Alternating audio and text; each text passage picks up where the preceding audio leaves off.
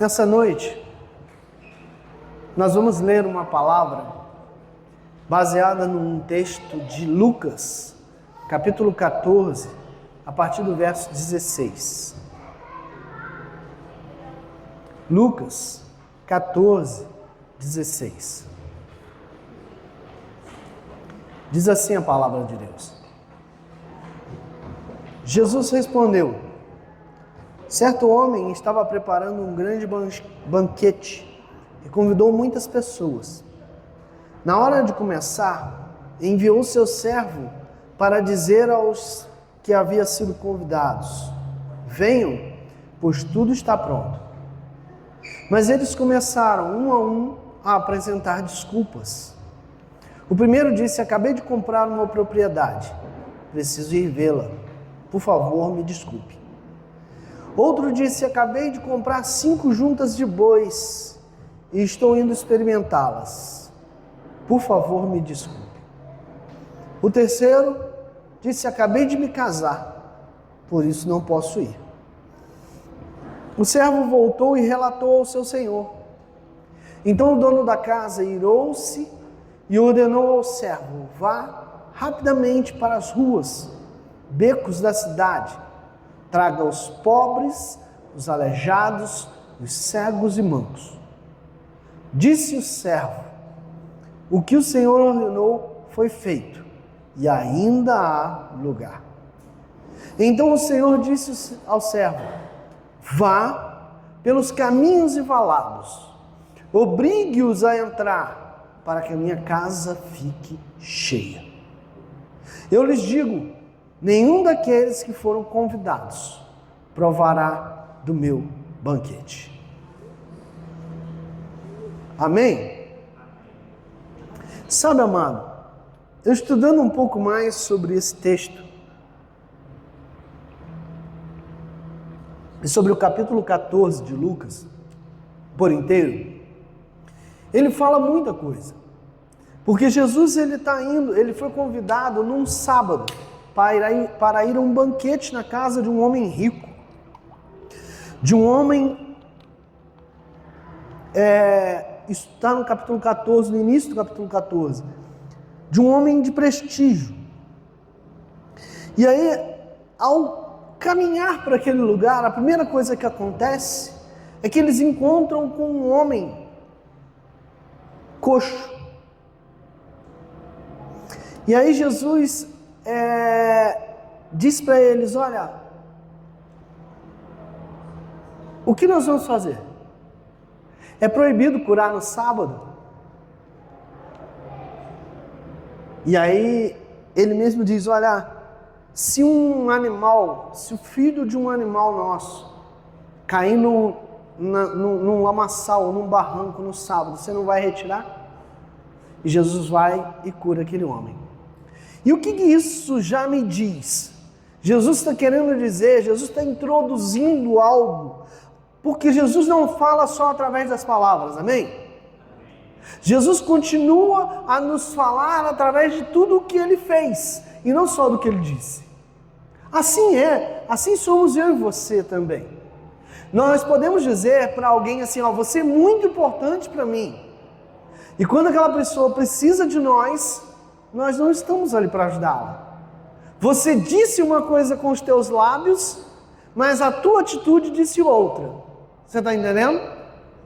Então nós dizemos muito com o que nós fazemos. E Jesus, ele está querendo dizer: olha, eu vou mostrar para vocês nesse dia que o que é mais importante é a vida dos homens.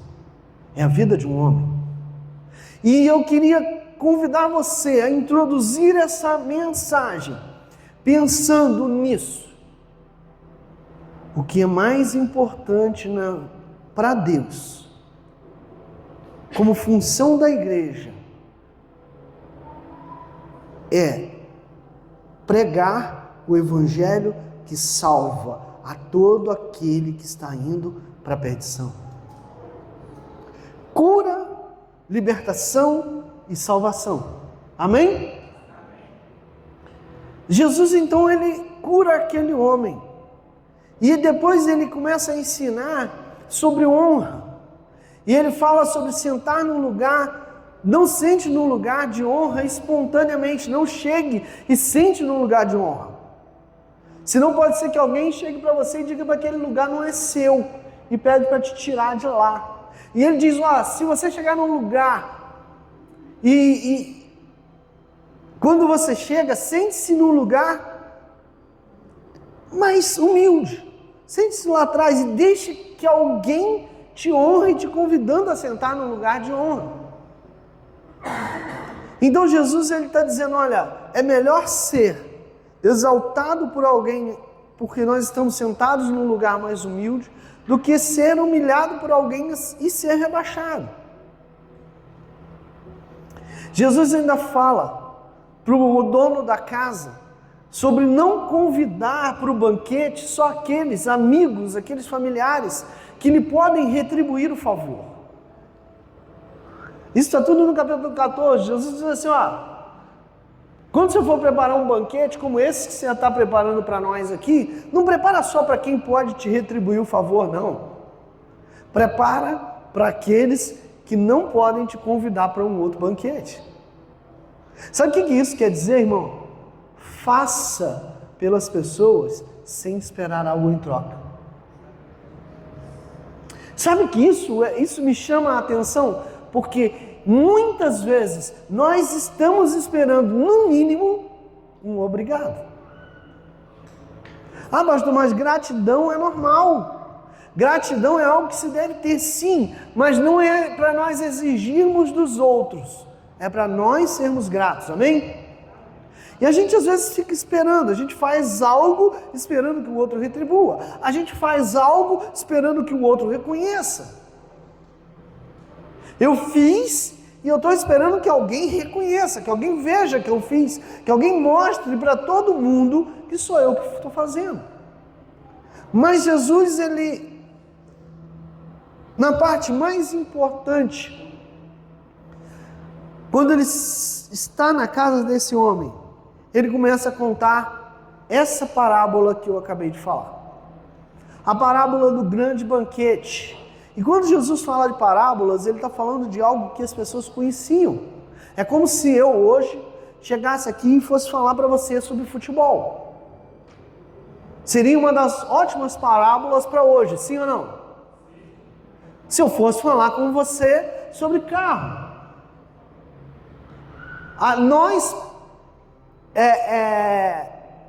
Seria fácil de entender o significado das coisas. Para quem estava ligado e para quem Jesus queria dizer, entendia. Nessa parábola, então, Jesus conta que um homem rico, de prestígio, resolve dar um banquete. E ele faz um primeiro convite. E as pessoas que estavam convidadas, entenda, elas foram convidadas previamente. As pessoas receberam um convite prévio, antes. E aí no dia da festa, o dono da casa manda só alguém para ir dizer, olha, podem vir.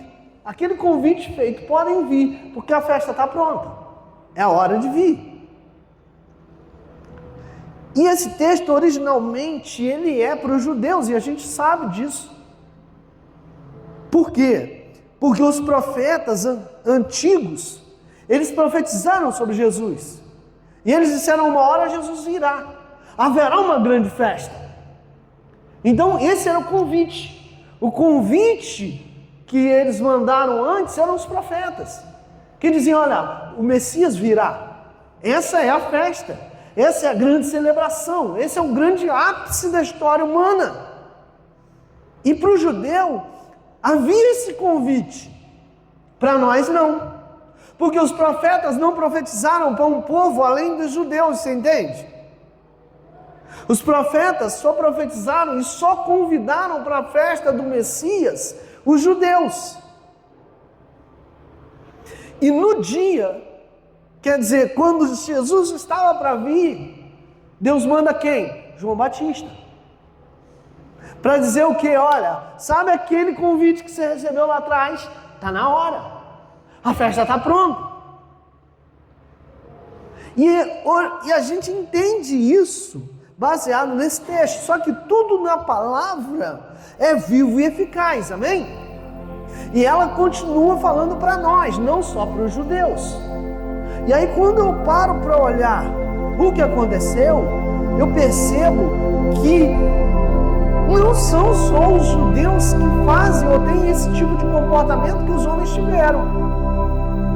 Porque Jesus começa a dizer, olha só, quando o servo vai e diz, ó, está na hora da festa, o que o primeiro diz? Comprei uma propriedade, tenho que ir vê-la, não posso ir à festa. Deixa eu te falar uma coisa, ele comprou uma propriedade, a propriedade amanhã continuará lá no mesmo lugar? Sim ou não? E depois da manhã? E a semana que vem? Então por que ele não podia ir na festa? Ele não podia ir na propriedade na semana que vem? Ele não podia ir na sua propriedade no dia seguinte, no mês seguinte? Ele não podia ir em algum outro momento, sim ou não? Mas ele diz, eu não posso ir na festa porque eu tenho que ver a propriedade que eu comprei. A propriedade não vai sair do lugar. Ele já havia comprado e ele comprou sem ver. Então a gente começa a entender que Jesus está falando de pessoas que dão desculpas. Por quê? Porque estão com as prioridades erradas.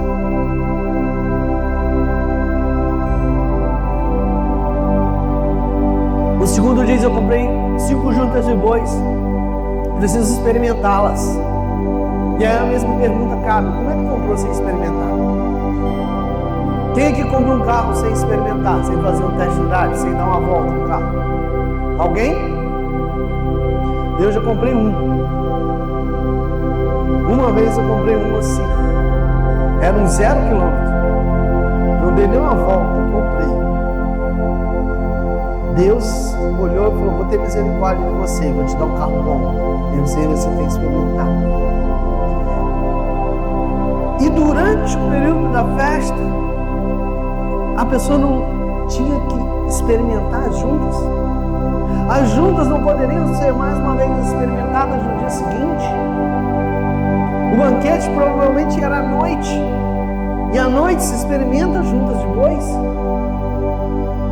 Normalmente não. Agora, qual a diferença dos dois? Trazendo para os nossos dias, para que a gente entenda. E agora eu quero trazer isso bem claro para você. Trazendo para os nossos dias a diferença desses dois. O primeiro comprou um campo, ele já tinha prosperado e ele queria agora aproveitar a riqueza que se tornou sua prioridade. Quantos de nós hoje vivem essa realidade? Ah, pastor, não vou domingo não vou domingo não, porque eu vou para minha casa de campo.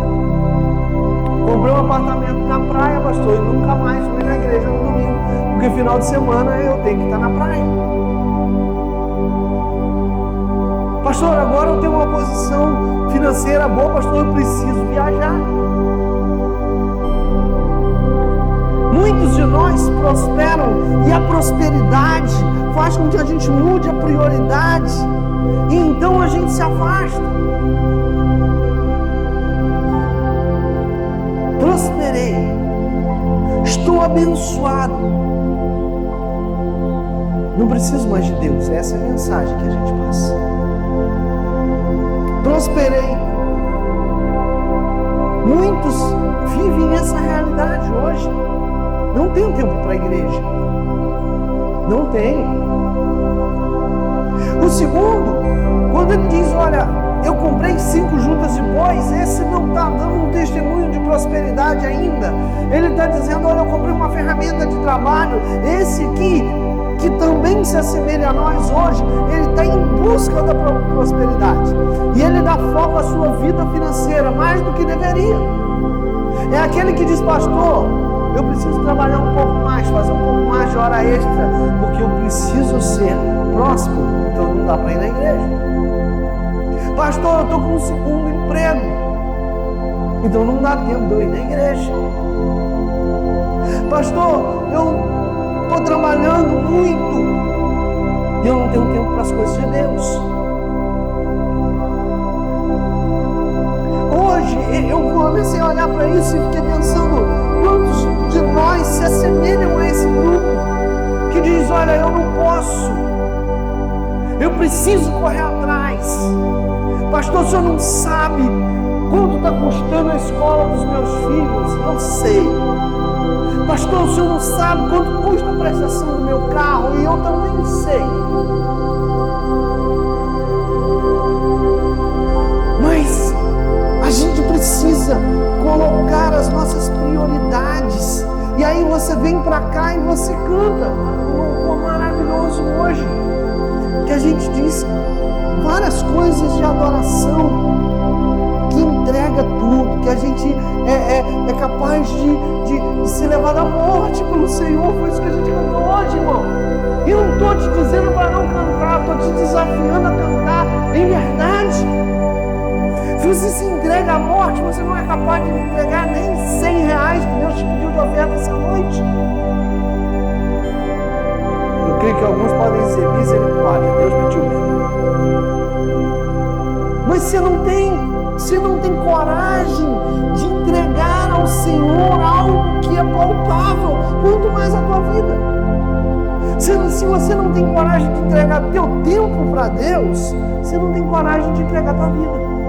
Porque vida é o que, irmão? Tempo, é dedicação. Eu anotei uma frase aqui que eu quero te dizer. Melhor pobre com Deus caminhando para o céu do que rico sem Ele caminhando para o inferno. Amém? Melhor pobre com Deus caminhando para o céu do que rico sem Ele caminhando para o inferno. Cuidado com isso, irmão. E eu não estou te falando aqui, não estou mudando a nossa teologia. Ah, pastor, então posso perder minha salvação? Não. Mas vai ter gente que vai ser surpreendido, que achava que estava salvo. E sua vida mostra que você não está. O terceiro, ele acha que o motivo dele é tão justo que nem desculpa ele pede. E quantos de nós vivemos nesse terceiro caso? Deixa eu falar com você. O terceiro caso, ele diz, eu me casei e não posso ir na festa. E aí a gente precisa contextualizar um pouco na cultura judaica da época. Dizem que a noiva, ela tinha um período extenso de festas. E ela ficava vestida de noiva por algum tempo, celebrando o seu casamento. Então, o que melhor não era um banquete para ir lá e se apresentar para a sociedade mais uma vez? E com mais uma vez celebrar. Mas aqui, eu trago para os nossos dias, para gente que diz, pastor, eu me casei e agora não tenho mais tempo de ir na igreja. Pastor, eu tive um filho. Irmão, deixa eu falar uma coisa para você. Uma coisa que eu sempre aconselho às pessoas. Não coloque nos ombros do seu filho, da sua filha,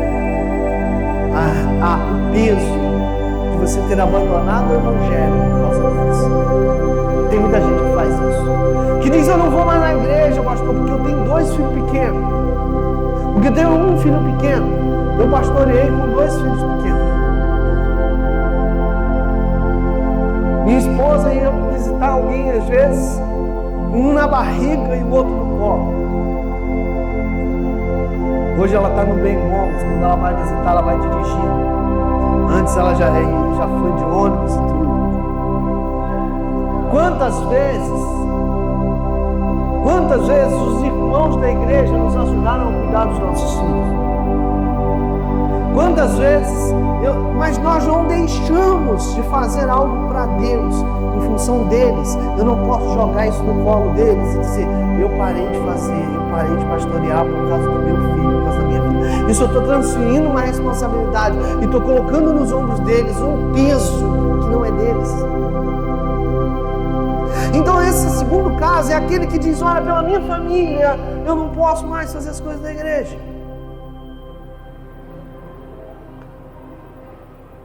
Ah, pastor, minha família dá muito trabalho. Deixa eu te contar uma outra coisa. Isso já aconteceu, acho que umas 2 vezes. Eu discuti com a minha esposa num domingo. O pastor discute com a esposa? Discute.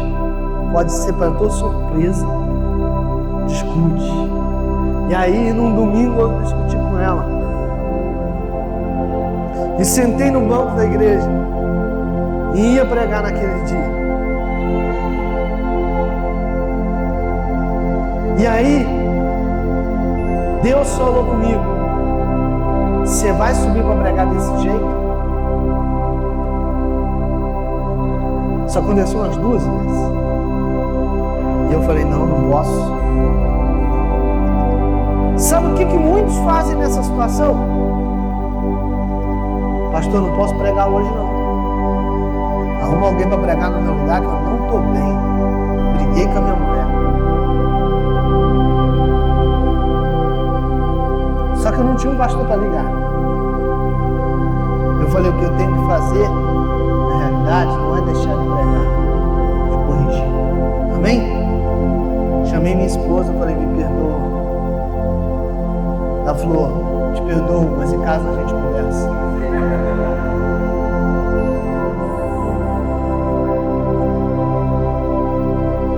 Mas o que eu estou te falando? É que a minha família não pode ser um empecilho para a obra de Deus na minha vida. Deixa eu te falar uma outra coisa. Sempre que você se afasta da obra por conta da tua família, você está dando um testemunho de que Deus não impactou tanto a tua vida. E aí você está mostrando para a tua família que não precisa ter um compromisso com Deus. Sempre que a tua família vir comprovar, olhar e ver na tua vida que o teu compromisso com Deus é tão fraco, mas tão fraco, que você para por qualquer coisa, eles vão encontrar uma brecha para seguir esse mesmo caminho. Não deixe, irmão, não deixe. Eu amo minha família, celebro muitas coisas com eles. Mas sabe o que acontece muitas vezes no domingo, que eles marcam alguma coisa? Eu vou, e na hora que dá a minha hora, eu digo assim: família, vocês podem cantar parabéns depois, comer o bolo depois, mas eu preciso ir. Porque eu demonstro para eles o quê? Eu tenho um compromisso. Se um dia minha família, são poucos os que não estão na presença de Deus aí, mas eles vão perceber e vão entender o que me move. Não é a igreja. As pessoas, nós temos que ter uma postura que mostre para as pessoas: ah não, isso aí é a igreja tentando te controlar. Não, irmão, não é nada disso. Deixa eu te fazer uma pergunta: você encontrou o verdadeiro evangelho? Tem gente na dúvida? Você encontrou o verdadeiro evangelho? Você encontrou Jesus? Que a Bíblia diz que quando a gente encontra o evangelho, a gente vai lá, vende tudo, larga tudo e segue. Jesus, logo depois dessa parábola que eu contei aqui, ele diz uma coisa que vou falar mais pra frente. E não vale abrir a Bíblia agora para ler, não. Presta atenção no que eu vou te falar aqui. Depois a gente vê isso. Mas se eu quero que a minha família se converta, eu preciso mostrar a ela que eu tenho um compromisso com Deus. Quando o dono da casa ouve essas negativas, ele manda convidar o segundo grupo. E aí, historicamente, teologicamente, esse segundo grupo é quem? Todos os gentios. Pessoas que não haviam sido convidadas antes. Antes de Jesus vir, o evangelho não chegaria a nós. A salvação de Deus não viria a nós. Jesus vem e agora aqueles que haviam sido convidados não aceitam. E aí esse segundo grupo são muitos de nós. São os ímpios, aqueles que não teriam condições. Ele diz assim, ó, vai pelas ruas e becos e traz agora os coxos, os cegos, aqueles que não se achavam dignos da festa, aqueles que não sabiam o caminho da festa. Deixa eu falar para você, olha para mim, eu quero te trazer algo para você refletir. Irmão, antes de conhecer Jesus, você não sabia o que era o céu, como ir para o céu. Eu não sabia como ir para o céu. Antes de conhecer Jesus, eu tinha uma dúvida tremenda do que era a verdade, como seria depois da morte. Depois que eu conheço Jesus, Ele me faz entrar pela porta da frente para a festa. Amém? E Ele me diz, você pode estar manco, você pode ser cego, você não pode não ter a roupa apropriada para a festa, mas eu te quero nela. E somos nós que nós olhamos e falamos assim, eu não entraria na festa, por mim mesmo eu não iria para o céu. Você não iria mesmo, mas por graça de Deus, Ele resolve ir pelos becos e ruas e trazer todos os coxos que somos nós, todos os cegos que somos nós, aqueles que não tinham uma roupa apropriada, não sabiam o caminho, agora sabem.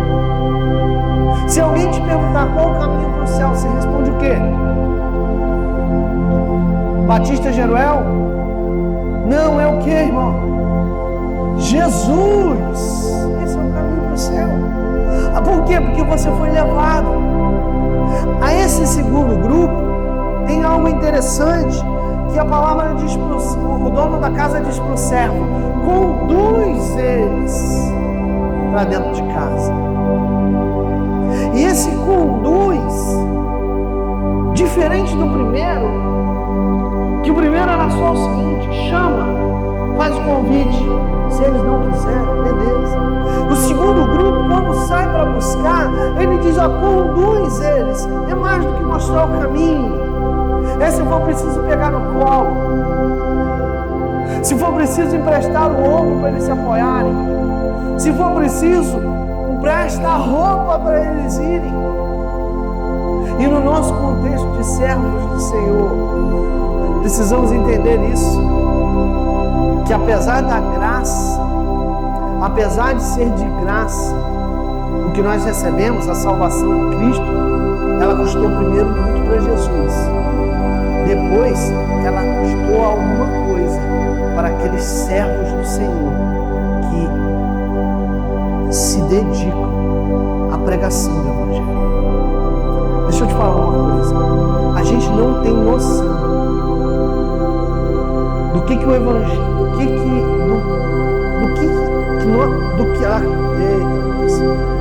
nós não temos noção do que custou para muitos homens de Deus para que hoje o Evangelho estivesse na nossa mão, compilado da maneira que ele é, tão fácil acesso. Para que o Evangelho chegasse no Brasil, muita gente teve que vir entregar sua vida, porque não foi só Jesus. Porque para que o Evangelho primeiro se expandisse naquele primeiro século, os discípulos também entregaram suas vidas. E nós precisamos disso, nós precisamos sair da postura agora dos convidados, aqueles indignos, para nos tornarmos servos que vão também pelas ruas e becos e pagam o preço de carregar alguém no colo para trazer ele para o Evangelho. Sabe qual é a questão? É que muitos de nós estão achando que pregar o Evangelho é só fazer um convite. Pregar o Evangelho é só mandar uma mensagem. Pregar o Evangelho é só dizer um eu te amo. Faz parte, amém? Tudo isso que eu te disse faz parte, mas tem hora que a gente tem que pagar o preço por alguém. Tem hora que a gente tem que dedicar tempo para alguém, para mostrar para ele o Evangelho de Cristo. Aquele Evangelho que Cristo disse, olha, tome a sua cruz O que é a cruz, irmão? A cruz é a renúncia da vontade própria. Amém? A cruz é negar-se a si mesmo e se entregar. Por quê? Por vidas. Precisamos entender que, se for preciso, nós irmos lá fora e buscarmos alguém, carregarmos no colo para trazer para a presença, esse preço precisa ser pago. Esse preço precisa ser pago.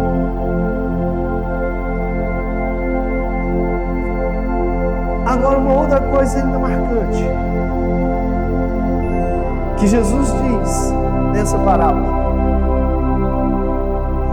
é que quando o segundo grupo vem, existe uma frase que ele diz muito marcante na minha vida, que eu escutei uma pregação sobre isso esses dias, e o pregador disse: essa frase deveria estar escrita na porta de todas as igrejas. E essa frase diz: ainda há lugar.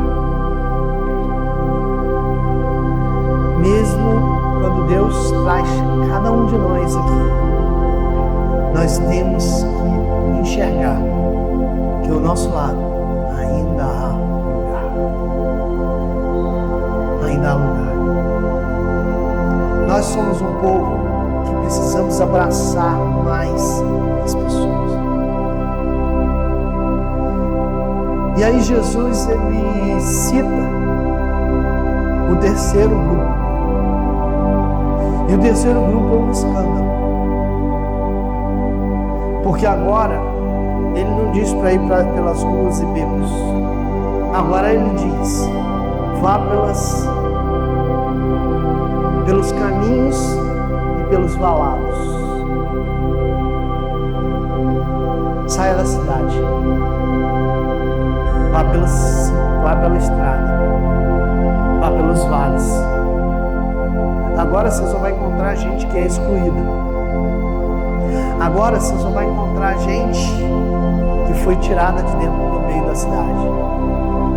Agora você só vai encontrar gente que nós não queremos por perto. Agora você vai encontrar gente tipo os criminosos, os desonrosos, aqueles para nós que não existe para eles solução. Assassinos, prostitutas, adultos, ladrões, aqueles que estão à margem da sociedade. Sabe, irmão, o Evangelho não é excludente. Guarde isso que eu vou te dizer. O Evangelho não exclui pessoas, amém? O Evangelho exclui comportamentos. Isso sim, mas não exclui pessoas. Grave o que eu vou te dizer. Qualquer um que tiver um encontro real com Jesus pode ter cometido qualquer pecado, que ao encontrar-se com Jesus, ele pode ter a sua vida transformada e receber salvação em Cristo. Sabe, aquela pessoa que tanto te incomoda? Sabe aquela pessoa que você passa todo dia e ela está na praça? Sabe aquele bebum que já te parou 1 milhão de vezes te pedindo dinheiro? Sabe aquele teu familiar que fala tanta besteira que você já não aguenta mais? Sabe aquela pessoa que te faz irar? Ela também precisa ouvir o Evangelho.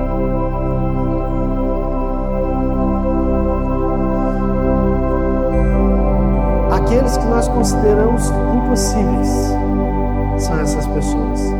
Não são os improváveis. Os improváveis são os do segundo grupo. Não eram dignos, assim como nós. Você pode reconhecer isso? Será que você pode reconhecer? Eu não era digno. Eu posso reconhecer, eu não era digno do Evangelho. Eu não era um homem digno do Evangelho. Eu não era um jovem digno do Evangelho. Eu era um improvável. Mas esse terceiro grupo são os impossíveis. Para esses, existe um esforço maior. Vai exigir um esforço maior.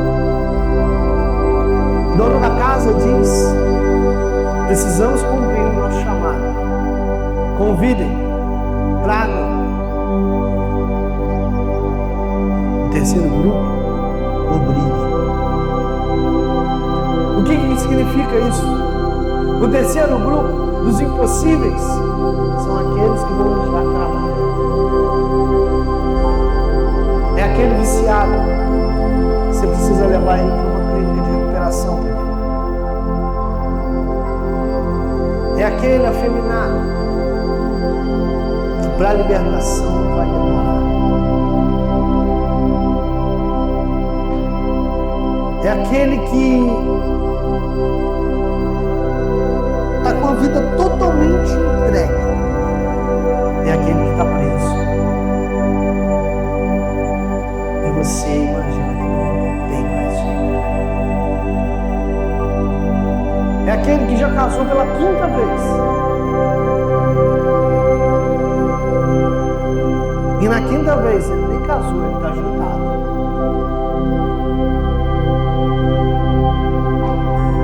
Esse é semelhante à samaritana no poço de Jacó. Que Jesus diz para ela: tu já teve 5 maridos e o que tu tem não é teu. Mas ela teve um encontro real com Jesus, irmão. Ela volta e testemunha, e muitos se convertem a partir do testemunho daquela mulher. Você sabia disso? Por que igrejas enchem quando acontece o testemunho de um ex-traficante, de um ex-bruxo? Sabe por quê? Sabe por quê? Porque essas pessoas, nós olhamos para elas com o olhar de que elas são impossíveis. E nessa noite Deus está me dizendo: filhos, eu preciso que vocês entendam que o Evangelho é para todos. E vocês, uma vez alcançados por essa graça, agora não devem só estar dentro da festa, mas devem se tornar servos que vão buscar outros. Por quê? Vai lá, Manu.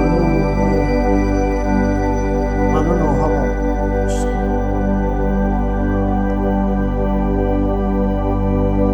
No verso de número 23. Porque é que todo mundo precisa ser alcançado. Então o Senhor disse ao seu servo: vá pelas ruas e pelos caminhos e insista que entre, para que a minha casa fique cheia. O intuito do Senhor é que a casa dele fique cheia. Não tenha dúvida, irmãos, de que o objetivo de Deus é encher este lugar também. É a casa de Deus e nós precisamos entender isso. Então Deus precisa que nós, para alguns, nós estejamos dispostos a carregá-los no colo, que nós estejamos dispostos para alguns a entregar a nossa roupa, que nós estejamos dispostos para alguns a pagar um preço. Mas para outros, exige um esforço maior.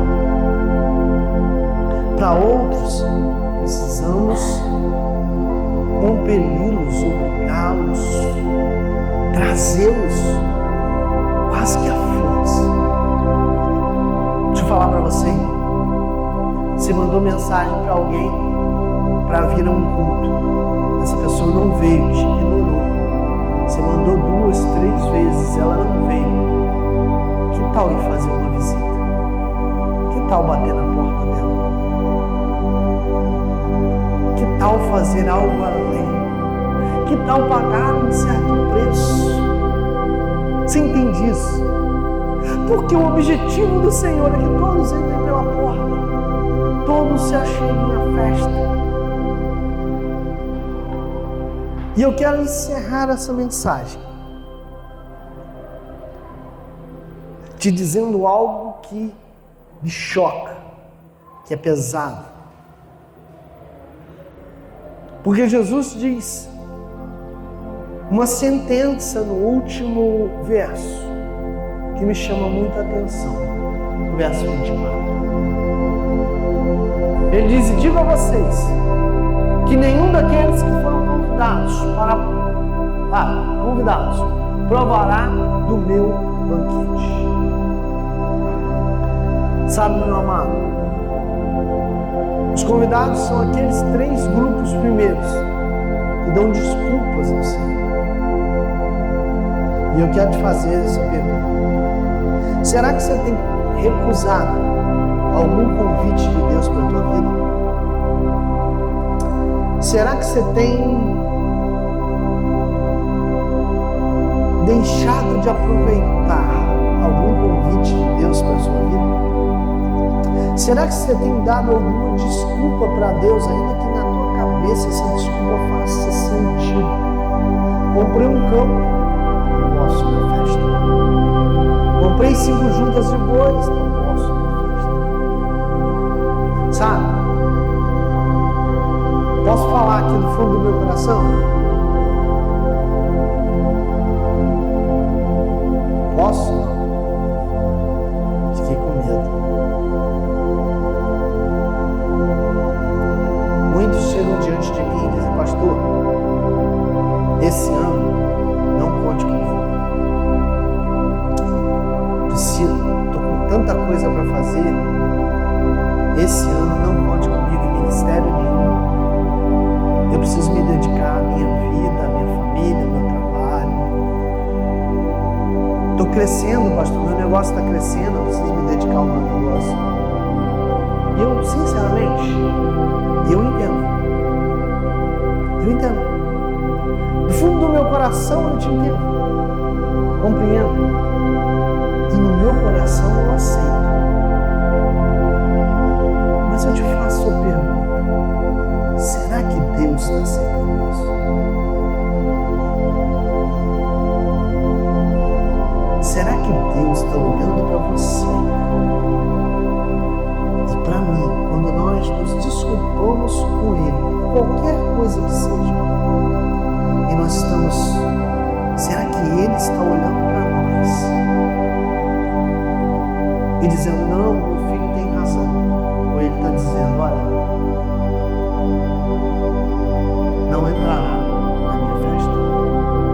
Não entrará na minha festa.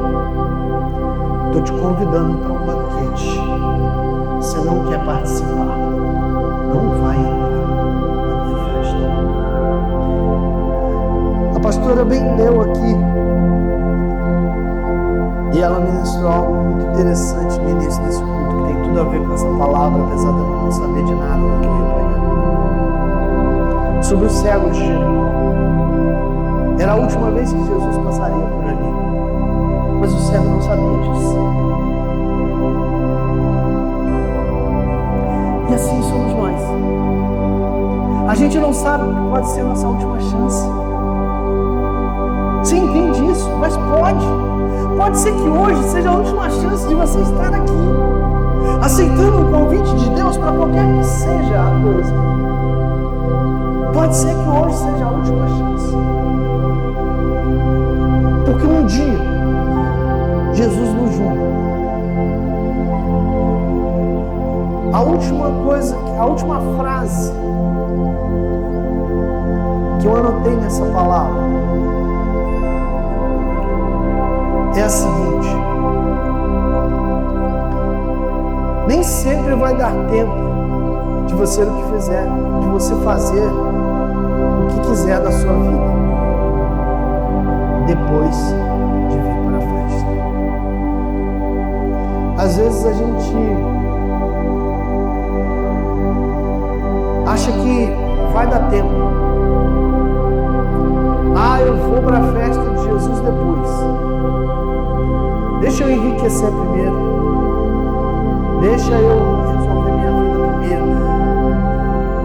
eu namorar primeiro. Deixa eu viver minha juventude primeiro. Deixa eu aproveitar a vida primeiro. Depois eu vou e faço o que Deus quer. Se for a vontade dele, no tempo dele, vai dar certo. Irmão, vejo na Bíblia muitos homens de Deus que deveriam ter feito coisas no seu tempo que não fizeram, que pagaram altos preços. Deus levanta outro. Sabe por que Deus levanta outro? Porque o propósito é maior do que nós. Não pense você que o propósito de Deus para a Igreja Batista de Jeruel nesse lugar depende de mim. Se um dia eu me recusar e dizer, Deus, eu não quero fazer, sabe o que Deus vai fazer? Levantar outro. O propósito dele vai se cumprir. Mas ai de mim. Então nós precisamos entender que é o momento de fazer o que Deus manda fazer. Aceitar o convite de Deus, amém?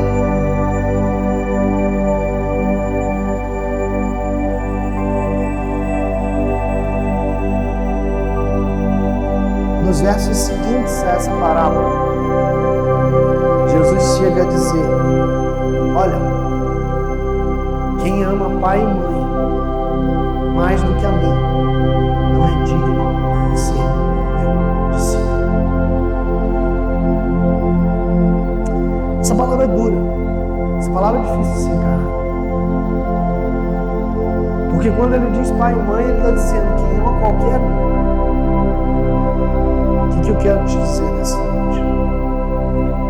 Irmão, Deus, os seus planos e os seus propósitos precisam estar em primeiro lugar na sua vida. Em primeiro lugar. Não negocie por nada. Nem pela riqueza, nem pela posição, nem pela sua família. Não negocie por nada. A presença de Deus, ela é preciosa.